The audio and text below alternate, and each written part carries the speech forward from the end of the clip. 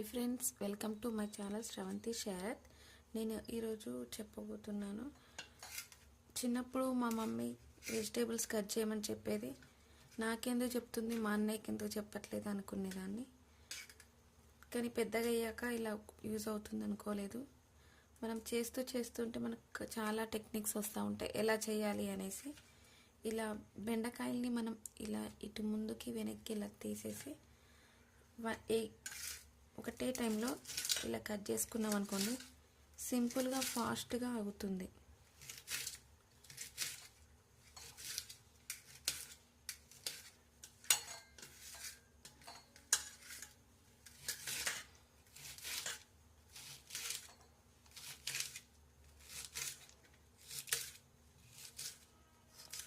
అయిపోయాయి, ఇంత త్వరగా అయిపోతుంది బెండకాయలు.